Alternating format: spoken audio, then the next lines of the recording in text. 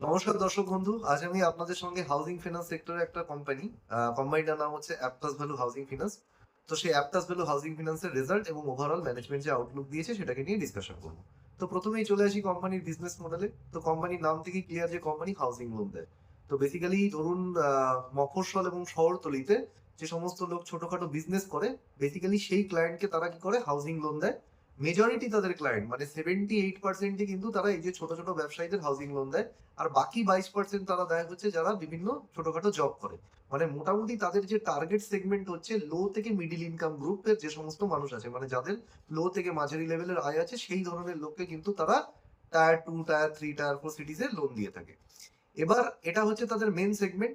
এবার কোম্পানি দুই ধরনেরই লোন দেয়, মানে ধরুন যারা ফার্স্ট টাইম বাড়ি কিনছে তাদেরকেও যেরকম লোন দেয়, আবার ধরুন আপনার অলরেডি মানে ধরুন এই ধরনের যারা মানে যে ধরনের বিজনেসম্যানদেরকে তারা লোন দিচ্ছে বা যাদেরকে তারা লোন দিচ্ছে, তাদের ধরুন অলরেডি বাড়ি আছে। তো সে তার বাড়িকে বন্ধক রেখে সেকেন্ড টাইম ধরুন আবার একটা বাড়ি কনস্ট্রাকশন করতে চাইছে, নতুন একটা বাড়ি বানাতে চাইছে, সেই পারপাসেও লোন দেয়। বা ধরুন সে নতুন একটা বাড়ি কিনতে চাইছে, তার জন্য কিন্তু তারা লোন দেয়। মানে হচ্ছে ফার্স্ট টাইম বায়ারকেও দেয় এবং যারা রিপিট মানে অন্য মানে যাদের অলরেডি আছে আবার বাড়ি মানে তারা বানাতে চায় তাদেরকেও লোন দেয়। এছাড়াও যেটা তাদের থার্ড সেগমেন্ট রয়েছে সেটা হচ্ছে তারা ছোটখাটো বিজনেস লোন দেয়। মানে হচ্ছে এই এমএসএমই লোন। মানে মোটামুটি আমরা দেখতেই পেলাম মানে তারা যাদেরকে নিয়ে কাজ করে তারা কিন্তু এই ছোটখাটো বিজনেসম্যান। তো ছোটখাটো বিজনেসম্যানদেরকে তারা বিজনেস পারপাসেও লোন দেয়, আবার তাদেরকে বাড়ি বানানোর জন্য লোন দেয়। তো এই হচ্ছে কোম্পানির ওভারঅল কিন্তু বিজনেস মডেল। এবার যদি আমি চলে আসি কোম্পানি হিস্ট্রিতে, কোম্পানি স্টার্ট করেছিল কিন্তু দক্ষিণ ভারত থেকে, এবং দক্ষিণ ভারতের যে বিভিন্ন রাজ্য আছে প্রথমে সে সেইগুলোতে তাদের নিজেদের পুরো মানে তারা নিজেদের বিজনেসটাকে বাড়াতে থাকে এবং পুরো দক্ষিণ ভারতে ছড়িয়ে পড়ে। তারপরে তারা ধীরে ধীরে এখন বিভিন্ন জায়গায় মানে দক্ষিণ ভারতের বাইরে এসে বিভিন্ন প্যান ইন্ডিয়া অন্যান্য স্টেটেও কিন্তু তারা নিজেদের মানে প্রেজেন্স বাড়াচ্ছে। তো রিসেন্টলি আমরা দেখবো মহারাষ্ট্র এবং ওড়িশা, মানে দক্ষিণ ভারতের বাইরে মহারাষ্ট্র এবং ওড়িশায় কিন্তু তারা তাদের ব্রাঞ্চ বাড়াচ্ছে এবং বিজনেস কিন্তু তারা সেখানে এক্সপ্যান্ড করছে। এবার চলে আসি কোম্পানির পারফরমেন্সে। তো কোম্পানির যদি লোন বুকের গ্রোথ দেখি আমরা কোয়ার্টার 4-এ, তাহলে এসছে কিন্তু 21%। মানে গত বছরের মার্চ কোয়ার্টার থেকে এই বছরের মার্চ কোয়ার্টারে লোন বুকের গ্রোথ 21%। যদি আমরা সিকোয়েন্সিয়ালি দেখি লাস্ট কোয়ার্টারের থেকে এই কোয়ার্টার, তাহলে দেখবো লোন বুকের গ্রোথ এসছে 6%। এবার যদি আমরা কোম্পানি যদি দেখি যে কোম্পানির ইল্ড মানে কোম্পানি যে লোন দেয় সেই লোনের উপর যে যে রেটে তারা লোন দেয় সেটা যদি দেখি ইল্ড দেখি, সেই ইল্ডটা কিন্তু কোম্পানির পড়ে গেছে। গত বছরে এই ইল্ডটা ছিল হচ্ছে আপনার 12.4%, সেখান থেকে কমে এসছে 12.1%, মানে 12.1%।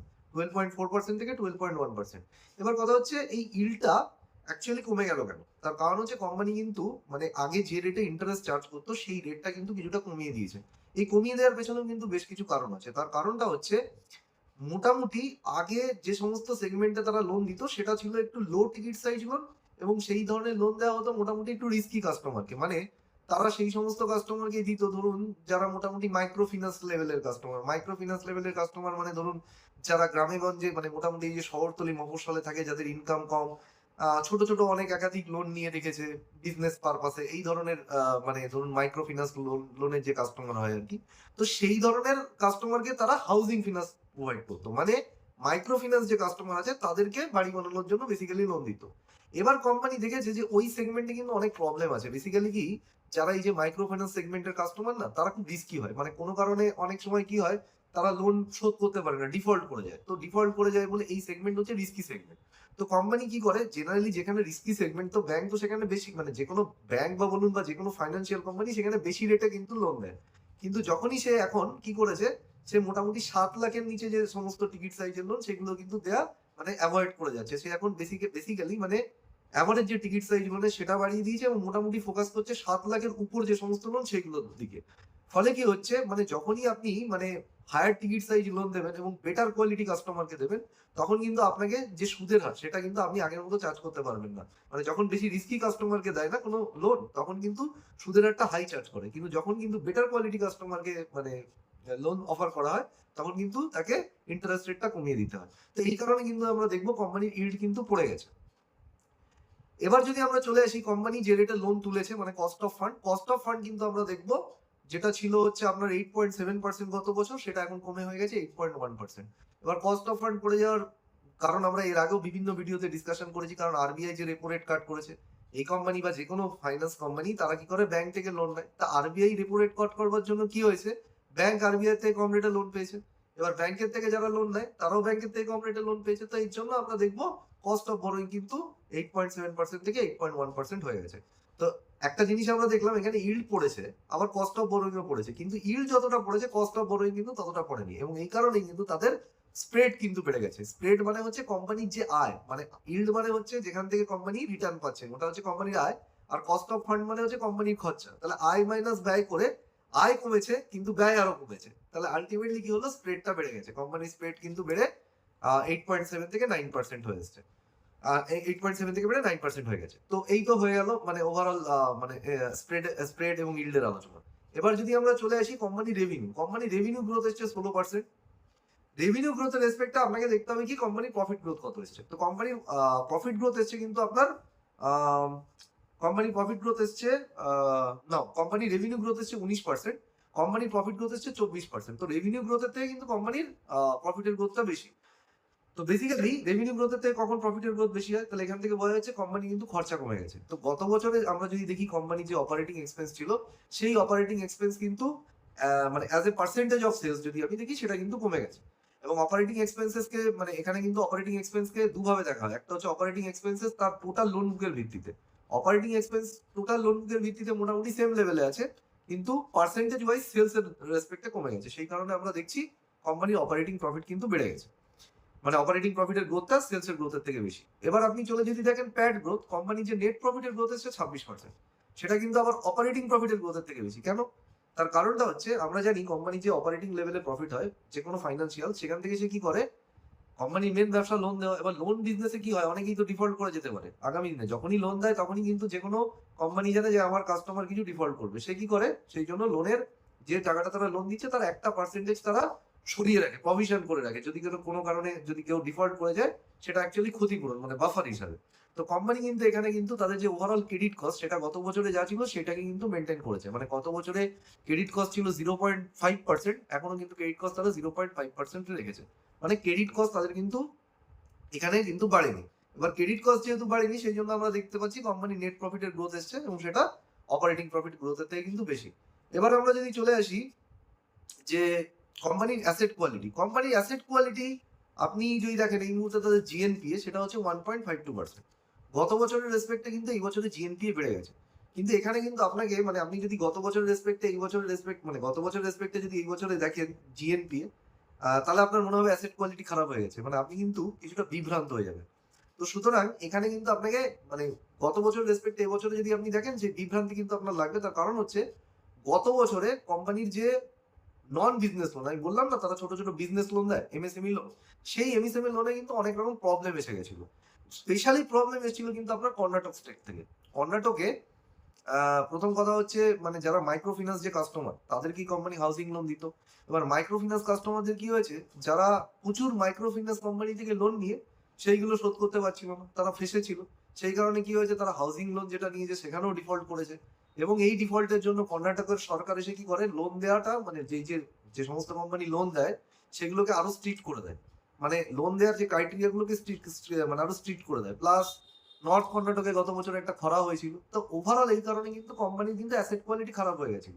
কোন সেগমেন্টে খারাপ হয়েছিল, যেখানে যে বিজনেস লোন দেয় সেই সেগমেন্টে। কিন্তু মাথায় রাখবেন মেন সেগমেন্ট কি, হাউসিং লোনের কিন্তু অ্যাসেট কোয়ালিটি কিন্তু কোম্পানির খারাপ হয়নি।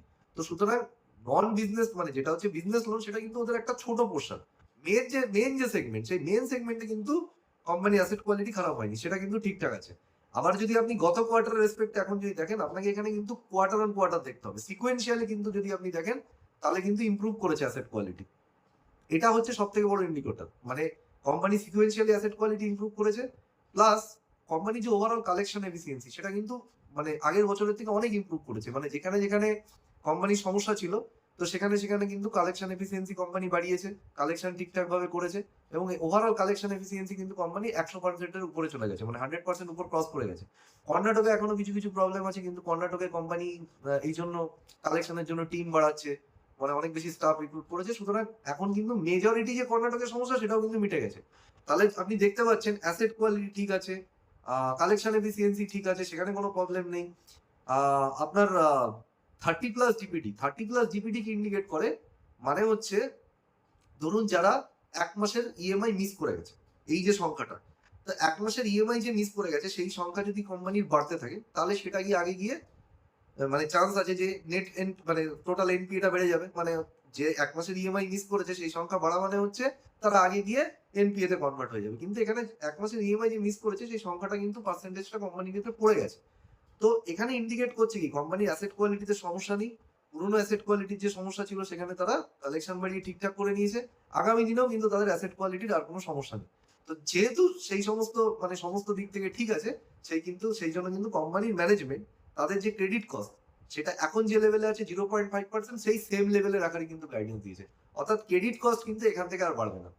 তার কারণ হচ্ছে ক্রেডিট কস্ট বাড়াবে কিসের জন্য? কারণ তো কোনো কোম্পানির কাছে এই মুহূর্তে তো অ্যাসেট কোয়ালিটির আর কোনো প্রবলেম নেই আর আসার সম্ভাবনা নেই। তো যখন কোম্পানির অ্যাসেট কোয়ালিটি ঠিক থাকে, সবকিছু ঠিক থাকে, তখন কোম্পানি কি করে? সবথেকে বেশি কিসের উপর ফোকাস করে? তখন তারা বেশি, বেশি করে নতুন লোন দেয়। এই কোয়ার্টারে যদি আপনি দেখেন হাইয়েস্ট লেভেল তাদের ডিসবার্সমেন্ট গ্রোথ এসছে। মানে তাদের হিস্ট্রিতে সবথেকে বেশি ডিসবার্সমেন্ট তারা এই কোয়ার্টারে করেছে। তো এই কোয়ার্টারে মানে লাস্ট কোয়ার্টার থেকে এই কোয়ার্টারে 21% তাদের ডিসবার্সমেন্ট গ্রোথ হচ্ছে।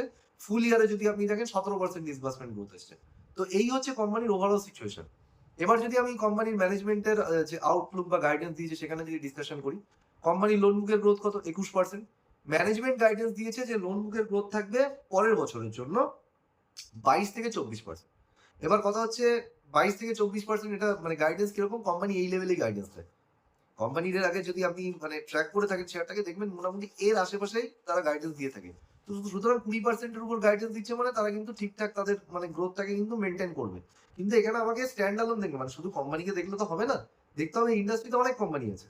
তারা কি রেটে গ্রোথ করছে। তো এই ইন্ডাস্ট্রিতে দেখবেন এমন বেশ কিছু কোম্পানি আছে যারা এই কোম্পানিতে কিন্তু বেশি রেটে কিন্তু তাদের লোন বুক গ্রোথ করছে। তো সেটা গেল একটা কনসার্ন এখানে। সেকেন্ড যে বিষয়টা হচ্ছে কোম্পানি যদি আমি আরওই দেখি, এই কোম্পানির আরওই হচ্ছে গোটা হাউজিং ফিন্যান্স যে ইন্ডাস্ট্রির মধ্যে হাইয়েস্ট। 20% কোম্পানি আরওই হচ্ছে এই মুহূর্তে 21%। আর কোনো হাউজিং ফিন্যান্স কোম্পানি আপনি পাবেন না যার 21% মানে 20% এর উপর তাদের রিটার্ন অন ইকুইটি আছে। এবার এই রিটার্ন অন ইকুইটি বেশি হওয়ার আরেকটা কারণ হচ্ছে তারা বিজনেস লোনও কিন্তু প্রোভাইড করে। শুধু শুধু হাউজিং লোন তো দেয় না, বিজনেস বা এমএসএমই লোন দেয়। এমএসএমই লোনে কি হয়? এই যে সুদের হারটা না তারা বেশি চার্জ করে। সেই জন্য কোম্পানির আরওই কিন্তু কিছুটা কিন্তু বেশি। 21% এবং কোম্পানি ম্যানেজমেন্ট গাইডেন্স দিয়েছে মোটামুটি এই 20% বা তার আশেপাশে কিন্তু তারা তাদের আরওই মেনটেন করবে। এবার আমি এই কোম্পানিটাকে কিভাবে দেখব? যদি আমরা দেখি এই মুহূর্তে কোম্পানির যদি আপনি দেখেন কোম্পানির কস্ট অফ বোরোইং কত আছে? 8%, 8.1%। তো ম্যানেজমেন্ট বলছে কস্ট অফ বোরোইং তাদের সেম লেভেলে থাকবে। তার মানে কস্ট কিন্তু কমার এখানে চান্স নেই। মানে যে রেটে তারা লোন নেয় মোটামুটি তার আশেপাশে মানে সেম রেটেই তারা লোন নেবে। তাহলে আল্টিমেটলি বিষয়টা হচ্ছে এখানে আমরা দেখছি তাদের ইল্ড কমে গেছে। এবার ইল্ড মানে এখানে কিন্তু মানে যদি এরকম আরো কমে যায় তাহলে কিন্তু কোম্পানি কিন্তু নেট ইন্টারেস্ট মার্জিনে কিন্তু একটা এফেক্ট আসবে। এমনকি যদি ধরে নিই তারা মানে প্রোডাক্টিভ ভাবে তাদের বিজনেসকে কাজে লাগাতে পারে তাহলে ইল্ড যদি তাদের সেম থাকে তাহলেও কিন্তু আমরা দেখতে পাচ্ছি তাদের মার্জিন সেম থাকবে। মানে আমরা এখান থেকে বুঝতে পারছি মার্জিন সেম থাকবে অথবা মার্জিন কিন্তু পড়ে যাবে। এবং মার্জিন যদি পড়ে যায় তাহলে কিন্তু প্রফিটেবিলিটির উপরে এফেক্ট পড়বে। মার্জিন সেম থাকলে প্রফিটেবিলিটি মোটামুটি সেম থাকবে। কিন্তু আমি যেটা চাইছিলাম যে সেটা হচ্ছে প্রফিটেবিলিটি এখান থেকে বাড়বে কিনা। তো প্রফিটেবিলিটি এখান থেকে বাড়ার কিন্তু সেভাবে আমি ইঙ্গিত কিন্তু পাচ্ছি না। যদি আপনি আরেকটা যেটা তারা শেয়ার করে সেটা হচ্ছে তাদের খরচা মানে অপেক্স অপারেটিং এক্সপেন্সেস তাদের অপারেটিং এক্সপেন্সেস টু এউএম মানে তাদের লোন বুকের রেসপেক্টে তাদের খরচা তার সেটা এই মুহূর্তে আছে 2.8% অপেক্স টু এউএম। তারা বলছে এটা 2.6 থেকে 2.8% এই রেঞ্জের মধ্যে কিন্তু থাকবে। তার মানে আমরা দেখছি তাদের খরচা কিন্তু এখান থেকে বেশি কমবে না। তাহলে খরচা যদি না কমে তাহলে আলটিমেটলি কি দাঁড়াচ্ছে তাদের কস্ট যদি মোটামুটি সেম লেভেলে থেকে যায় এবং তাদের যদি কোনো কারণে যদি ইল্ডটা পড়ে যায় তাহলে মার্জিনে কিন্তু তাদের একটা এফেক্ট আসবে। মার্জিনে এফেক্ট হলে কি হবে? প্যাডটা পড়ে যাবে। আর যদি ধরে নিই মার্জিন সেম থাকবে তাহলে কিন্তু প্রফিটেবিলিটি মোটামুটি সেম লেভেলে থাকবে এবং এই কারণেই কিন্তু কোম্পানির ম্যানেজমেন্ট দেখবেন আরওই কিন্তু বাড়ানোর গাইডেন্স দেয়নি। তারা যে আরওই রয়েছে তার সমান অথবা তার নিচেই থাকবে। তো এই হচ্ছে ওভারঅল ডিসকাশন। মানে এখানে কিন্তু কোম্পানিকে যদি আমি অ্যানালিসিস করে ফাইনাল ডিসিশন নিই কোম্পানি স্টেবল ধরনের বেট। মানে এখানে কিন্তু খুব বেশি এক্সাইটমেন্টের কিছু নেই এবং আমার মতে ওভারঅল পুরো যে সেগমেন্ট যদি হাউজিং ফিনান্সের দিকে এটা কিন্তু মিডিওকার বেট। মানে এটা এমন নয় যে বহুত অ্যাট্রাকটিভ বেট আবার এমনও নয় যে খারাপ বেট। মানে একটা স্টেবল কাইন্ড অফ বেট আপনি বলতে পারেন হাউজিং ফিনান্স ইন্ডাস্ট্রির মধ্যে। তো অবভিয়াসলি হাউজিং ফিনান্স ইন্ডাস্ট্রিতে অন্যান্য আরো অনেক কোম্পানি আছে সেগুলোকে নিয়ে আমরা আলোচনা করব। এছাড়া এখন তো মোটামুটি যে কোনো এনবিএফসি বলুন ব্যাংক বলুন তারাও কিন্তু সবাই হোম লোন দিচ্ছে হাউজিং ফিনান্স ক্যাটাগরিতে ঢুকে গেছে। তো এখানে কম্পিটিশন কিন্তু একটা বিশাল বড় লেভেলে কম্পিটিশন রয়েছে এবং কম্পিটিশন হচ্ছে বেসিক্যালি হয় কি ব্যাংকের সাথে কম্পিটিশন হয়। যদি কোনো এই ধরনের কোম্পানির মানে যে এরিয়াতে তারা ব্যবসা করে না ওইখানে যদি একবার ব্যাংক ঢুকে যায় তাহলে কি হয়, ব্যাংক কম রেটে লোন দিয়ে কাস্টমার গুলোকে ক্যাপচার করবে। তো এটা হয় মেন বিজনেস, এটা যে কোনো কোম্পানির সঙ্গেই রয়েছে। তো এই হচ্ছে ওভারঅল ডিসকাশন এই কোম্পানি সম্পর্কে। যদি আপনাদের ভিডিওটা ভালো লেগে থাকে তাহলে লাইক, শেয়ার এবং সাবস্ক্রাইব করুন এবং পাশে থাকা বেল আইকনটাকে অন করুন, যাতে এই ধরনের ভিডিও, ইনফরমেটিভ ভিডিও যখনই আসবে আপনি যাতে সঙ্গে সঙ্গে পেয়ে যেতে পারেন। তো ভালো থাকবেন, হ্যাপি ইনভেস্টিং।